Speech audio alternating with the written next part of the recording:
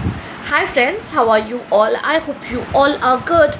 My name is Sanju and welcome to my channel English with Sanju. And let's start with a very usual A Room of One's Own by Virginia Woolf. I'll randomly choose a page, chosen 80 and begin. And before that, I have a request for you. Please listen to the entire video or watch the entire video. She has a metaphysical purpose, and that is the dangerous obsession, especially with a woman. For women, rarely possess men's healthy love of rhetoric. It is strange lack in the sex which is in other things more primitive and more materialistic. New Criterion, June 1928. If, like the reporter, you believe that female novelists should only aspire to excellence by courageously acknowledging the limitations of sex, Jane Austen demonstrated how gracefully this gesture can be accomplished. Life and Letters, August 1928. Okay, the next page, page 81. To my feet, that was far more vigorous and far more vocal a century ago. It would have needed a very stalwart young woman in 1828 to disregard all those snubs and chidings and promises of prizes. One must have been something of a firebrand to say to oneself, oh, but they can't buy literature too. Literature is open to everybody. I refuse to allow you, Beadle, though you though you are to turn me off the grass. Lock up your libraries if you like, but there's no gate, no lock, no bolt that you can set upon freedom of my mind. But whatever effect discouragement and criticism has upon their writing, and I believe that they had a great effect, that was unimportant. Okay, that was unimportant compared with the other difficulty which faced them. I was still considering those early 19th century novelists when they came to set their thoughts on paper. That is that they had no tradition behind them, or one so short and partial that it was of little help. For we think back though through our mothers, if we are women, it is useless to go to the great men writers for help, however much one may go for them for pleasure. Lamb, Browning, Thackeray, Newman, Sterne, Dickens, De Quincey, whoever it may be, never helped a woman yet. Wow, that's quite a statement. Though she may have learnt a few tricks of them and adapted them to her use. The weight, the pace, the stride of a man's mind are too unlike her own for her to lift anything substantial from him successfully. The ape is too distant to be sedulous.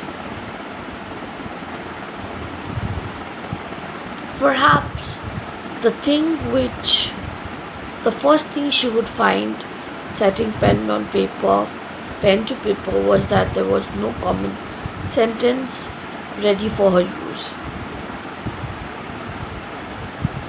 All the great novelists like Thackeray, Dickens, Balzac have written a natural prose, swift but not slovenly, expressive but not precious, taking their own tint without choosing to be a common property. They have based it on the sentence that was current at the time,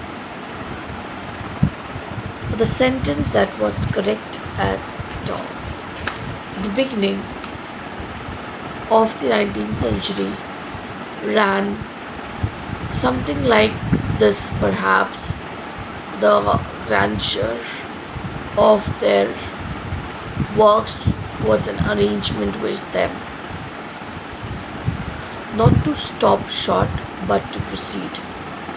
They could have no higher excitement or satisfaction than in the exercise of their art and endless generations of truth and beauty. Success prompts to exertion and habit facilitates success. That is a man's sentence. Behind it, one can see Johnson, Gibbon, and the rest. It was a sentence that was unsuited for a woman's use. Charlotte Bronte, with all her splendid gift for prose, stumbled and fell with the clumsy weapon in her hands. George Eliot committed atrocities with it that beggar description. Jane Austen looked at it and laughed at it and devised a perfectly natural, shapely sentence proper for her own use and never departed from it. Thus, with less genius for writing than Charlotte Bronte, she got indefinitely more said. Indeed, since freedom and fullness of expression are of the essence of the art, such a lack of relation, such a scarcity and inadequacy of tools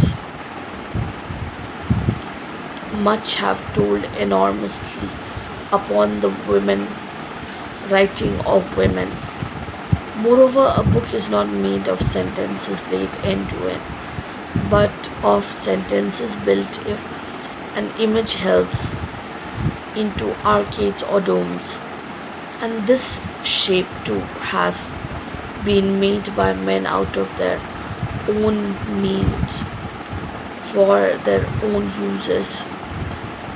There is no reason to think that the form of the epic or the poet, the poetic play suit a woman any more than the sentences suits her.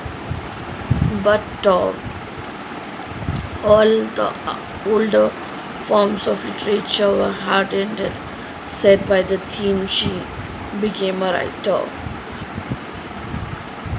The novel alone was young enough to be soft in her hands. Another reason, perhaps, why she wrote novels. Yet, who shall say that even now, the novel, I give it inverted commas to mark my sense of words inadequacy. Who shall that even this most pliable liable of all forms is rightly shaped for her use. No doubt we shall find her knocking that into shape for herself when she has free use of her limbs and providing some new vehicle not necessary in verse for the poetry in her.